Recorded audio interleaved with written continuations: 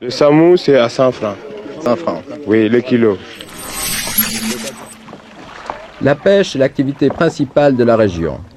Production annuelle, quelques 100 000 tonnes de poissons frais, dont le 90% sera fumé ou séché. Ti est le gérant d'une coopérative de pêcheurs.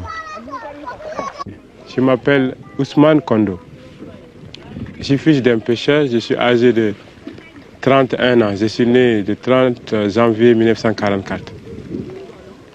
J'ai fait partie d'une famille de 20 personnes. Et de là, il est exporté en grande partie vers le Ghana, la Haute-Volta et la Côte d'Ivoire.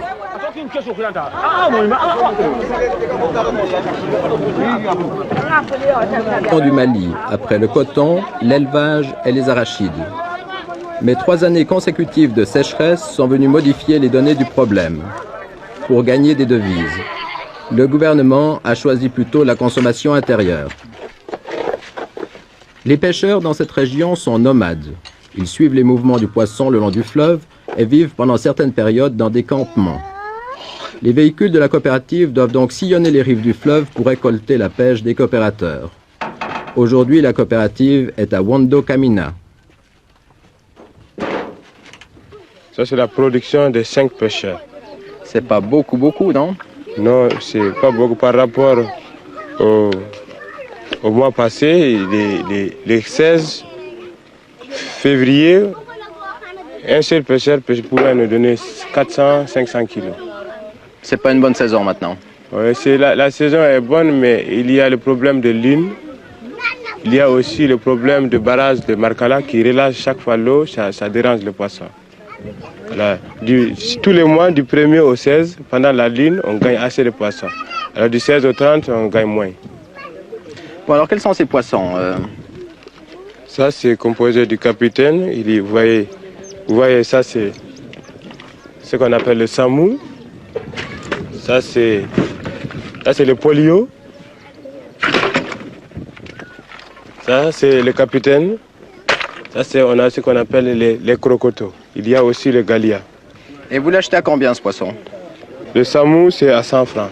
100 francs. Oui, le kilo. Le capitaine, c'est 125. Le galia, c'est 100 francs également. Il y a le crocoto qui coûte 75 francs. Le polio coûte 100 francs aussi. Et les gens, là, les pêcheurs, ils sont contents des prix? On est content de toujours. On a maïwat santa. Hein?